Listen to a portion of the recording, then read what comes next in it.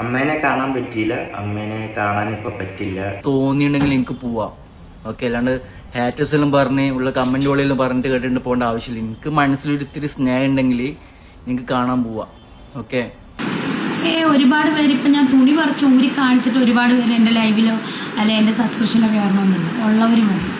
അല്ലാണ്ട് ബാക്കിയുള്ള ആൾക്ക് പോയിട്ട് കാണാൻ പോയിട്ട് അതിനൊരു അർത്ഥമില്ല. അയച്ചു മനസ്സിലായോ? ഒരർത്ഥം ഇല്ല. അപ്പൊ എന്തായാലും പോവാൻ തീരുമാനിച്ചു.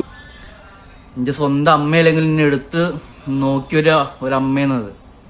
അമ്മേൻ്റെ വില എനിക്ക് എന്തെന്ന് എനിക്ക് അറിയില്ലെങ്കിലും ഉണ്ടല്ലോ, പറഞ്ഞിട്ട് കാര്യമില്ല കിച്ചു. അത്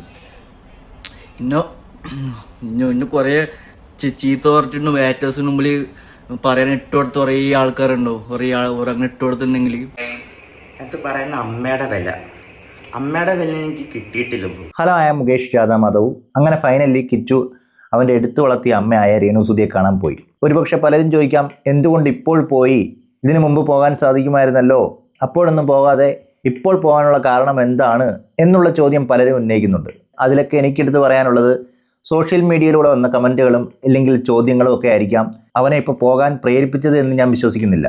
അവനിപ്പോൾ പോകണമെന്ന് തോന്നി അവൻ പോയി. അവൻ എപ്പോൾ പോകണമെന്ന് തോന്നുന്നു അവൻ പോകും. ഇനി അവൻ പോയില്ല എന്ന് പറയുകയാണെങ്കിലും അവൻ്റേതായ കാരണങ്ങളുണ്ട്. അത് ചിലപ്പോൾ രേണുവിന് ഇനി എന്ത് അസുഖമായിരുന്നാൽ തന്നെയും ചിലപ്പോൾ അവൻ പോകണ്ട എന്ന് തീരുമാനിച്ചു കഴിഞ്ഞാൽ അവൻ്റെ കൂടെ നിൽക്കുകയല്ലാതെ വേറെ വഴിയില്ല. കാരണം അവൻ്റേതായ കാരണങ്ങളുണ്ട്. എന്നിരുന്നാലും ഫൈനലി അവൻ തന്നെ തീരുമാനിച്ചു രേണുവിനെ പോയി കാണാമെന്ന്. അപ്പൊ എന്തായാലും പോവാൻ തീരുമാനിച്ചു. വിഷമമുള്ളവരുടെ വിഷമമൊക്കെ അങ്ങ് തീരട്ടെ. പോയിട്ട് വന്നിട്ട് ബാക്കിയുള്ള കാര്യങ്ങൾ ഞാൻ പറയാം. അവിടെയൊക്കെ വേണമെങ്കിൽ പലരും പറയും പുറത്തു നിന്നുള്ള ആളുകളുടെ സമ്മർദ്ദം കൊണ്ടാവാം, ഇല്ലെങ്കിൽ ചോദ്യങ്ങൾ വരുന്നത് കൊണ്ടാവാം കിച്ചു പോയതെന്ന്.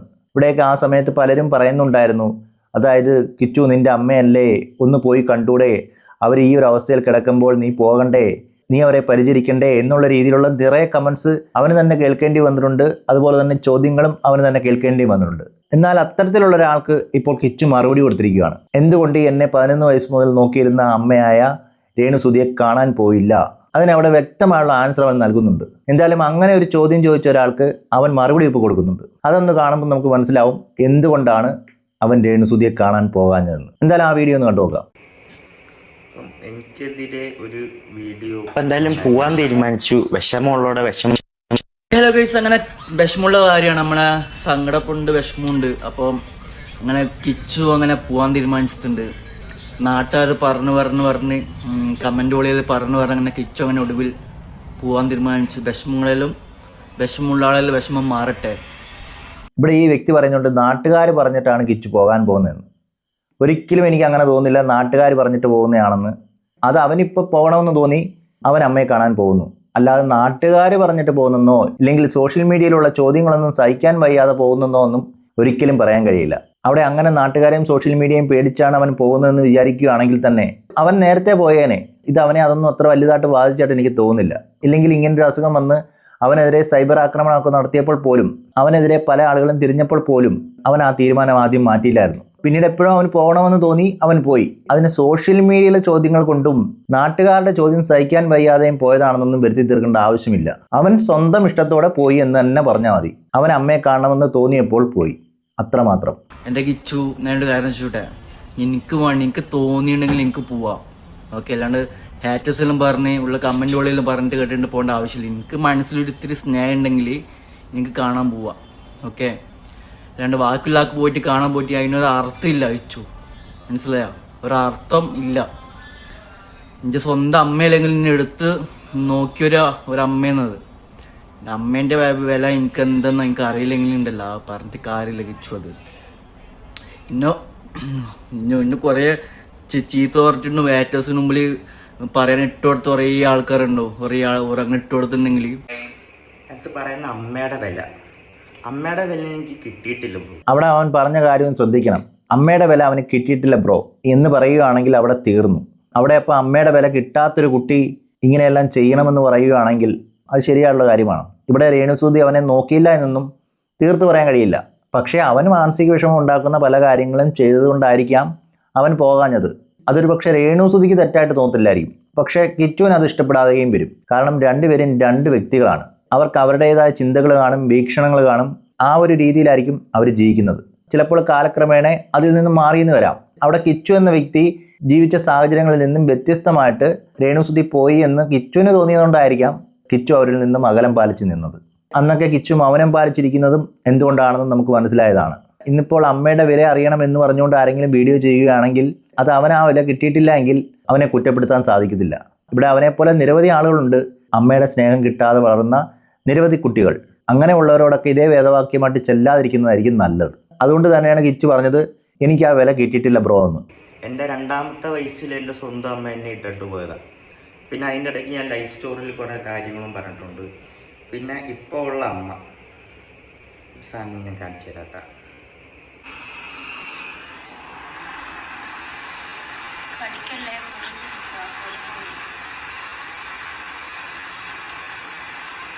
ഇതൊക്കെ നിങ്ങൾ പറയുന്ന. അപ്പോൾ എന്തുകൊണ്ടാണ് കിച്ചു ഇതുവരെ രേണുസുതിയെ കാണാൻ പോകാഞ്ഞത് എന്നുള്ളതിനുള്ള ആൻസറായി. അതായത് ആ സബ്സ്ക്രിപ്ഷൻ വീഡിയോകളൊക്കെ തന്നെയായിരുന്നു കിച്ചു രേണുവിൽ നിന്നും അകലം പാലിക്കാൻ ഇടയായത്. അവിടെ ഇതിൽ 2 അഭിപ്രായമുള്ളവരുണ്ട്. പൂർണ്ണമായിട്ട് രേണുവിനെ കുറ്റപ്പെടുത്തുന്നവരുണ്ട്, കുറ്റപ്പെടുത്താത്തവരുണ്ട്. കാരണം സബ്സ്ക്രിപ്ഷൻ വീഡിയോ എന്ന് പറഞ്ഞത് തെറ്റായിട്ടുള്ള കാര്യമാണോ എന്ന് ചോദിച്ചു കഴിഞ്ഞാൽ തെറ്റായിട്ടുള്ള കാര്യമൊന്നും പറയാൻ കഴിയില്ല. പിന്നെ നമ്മുടെ കൾച്ചറും അതുപോലുള്ള ജീവിത രീതികളും ഒക്കെ വെച്ച് പലർക്കും അത് തെറ്റായിട്ട് തോന്നാം. അതിൽ കൂടുതൽ പേരും പറയുന്നൊരു കാര്യമാണ് തുണിയില്ലാത്ത വീഡിയോകൾ പോസ്റ്റ് ചെയ്ത് കാശുണ്ടാക്കേണ്ട ആവശ്യമുണ്ടോ, തുണിയുടെ നീളം കുറച്ച് കാശുണ്ടാക്കേണ്ട ആവശ്യമുണ്ടോ എന്ന രീതിയിൽ പലരും ചോദിക്കുന്നുണ്ട്. ഇവിടെയൊക്കെ അത്രയും മോശമായിട്ട് രേണുസുതി പോയോ ഇല്ലയോ എന്ന് അറിയത്തില്ല. അങ്ങനെ ഒരു വീഡിയോ നമ്മൾ കണ്ടിട്ടില്ല. ഇവിടെ പല സിനിമകളിലും പ്രമുഖ നടിമാർ കാണിക്കുന്ന ആ രീതിയിലുള്ള കാര്യങ്ങളാണ് രേണുസുതി അതിൽ ചെയ്തത്. അതിലപ്പുറമൊക്കെ രേണുസുതി ചെയ്തിട്ടുണ്ടോയെന്ന് അറിയത്തില്ല. എന്തായാലും സോഷ്യൽ മീഡിയയിൽ വന്ന കുറേ വീഡിയോകളുണ്ട്, അതൊന്ന് കണ്ടു നോക്കാം. കാരണം പലരും പറയുന്നത് രേണുസുതി തുണിയില്ലാത്ത വീഡിയോകൾ ചെയ്തു എന്നുള്ള രീതിയിലാണ്. അതുകൊണ്ട് ആ വീഡിയോകളൊക്കെ ഒന്ന് കണ്ടു നോക്കുമ്പോൾ കാര്യങ്ങൾ കുറച്ചും കൂടെ മനസ്സിലാവും.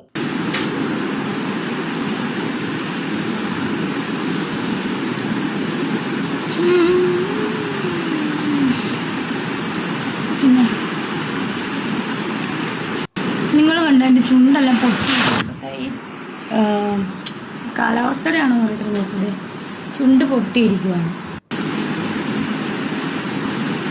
ഹായ് ഡിയർ, ഈ ഡ്രസ്സ് അടിപൊളിയാണെന്ന് പറഞ്ഞു. ദുബായിൽ നിന്ന്, ദുബായില്ല റാസൽ ക്യാമ്പയിൽ നിന്ന് വേണ്ടതാണ്. ഗിഫ്റ്റ് കിട്ടിയ ഡ്രസ്സാണ് റാസൽ ക്യാമ്പിൽ. ഓക്കെ,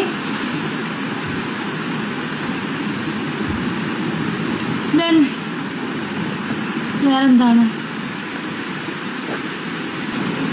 ഒരുപാട് പേര് ഇപ്പം ഞാൻ തുണി പറിച്ച് ഊരി കാണിച്ചിട്ട് ഒരുപാട് പേര് എൻ്റെ ലൈവിലോ അല്ലെ എൻ്റെ സബ്സ്ക്രിപ്ഷനോ കയറണമെന്നില്ല, ഉള്ളവർ മതി. അതിൽ വ്യക്തമാക്കുന്നൊരു കാര്യമുണ്ട്.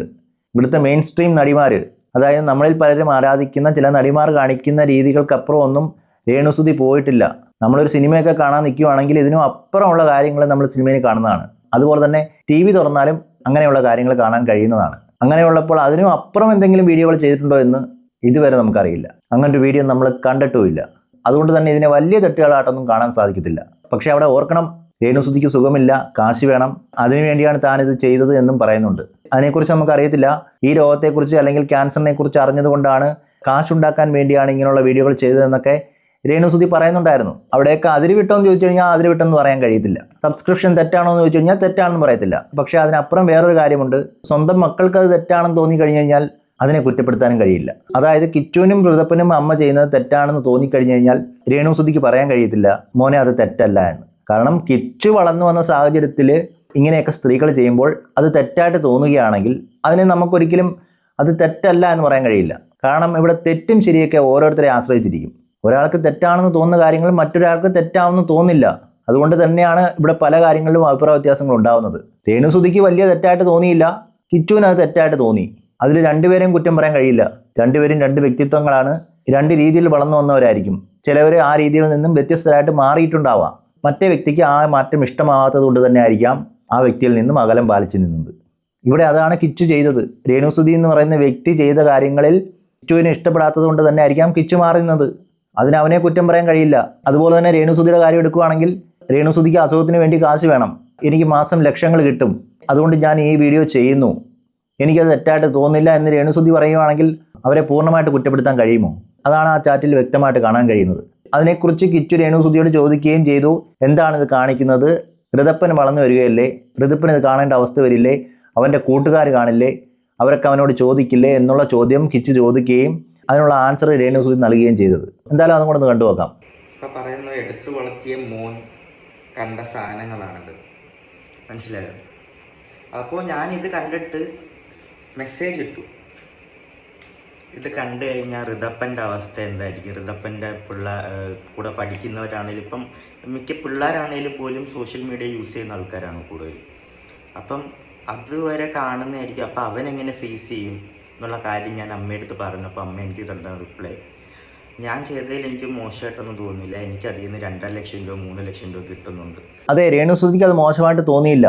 പിന്നെ മറ്റുള്ളവർ മോശമാണെന്ന് പറഞ്ഞിട്ട് ഒരു കാര്യം അവിടെ ഇല്ല.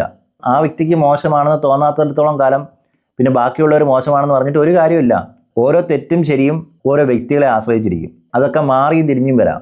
ഇന്ന് ചെയ്ത തെറ്റുകളൊക്കെ നാളെ ശരിയായിട്ട് വരാം, നാളെ ചെയ്ത തെറ്റുകളെല്ലാം ഇന്ന് ശരിയായിട്ട് വരാം. അങ്ങനെയുള്ളപ്പോൾ ഇവിടെ സംഭവിച്ചിരിക്കുന്നത് 2 പേർക്കും 2 ശരികളാണ്, 2 തെറ്റുകളാണ്. രേണുസുതിക്ക് അത് വലിയ തെറ്റല്ല എന്ന് തോന്നിയിട്ടുണ്ടെങ്കിൽ കിച്ചുവിന് അത് തെറ്റായിട്ട് തോന്നി. കിച്ചു അവരിൽ നിന്നും മാറി നിൽക്കാൻ ആരംഭിച്ചു. അവിടെ രേണുസുതി വന്ന് കരഞ്ഞു പിടിച്ച് കിച്ചു എന്നെ കാണാൻ വന്നില്ല എന്ന് പറയുമ്പോൾ കിച്ചു കാണാൻ പോകേണ്ട ഒരു ആവശ്യമില്ല. കാരണം അവൻ്റേതായ ശരികളുണ്ട്.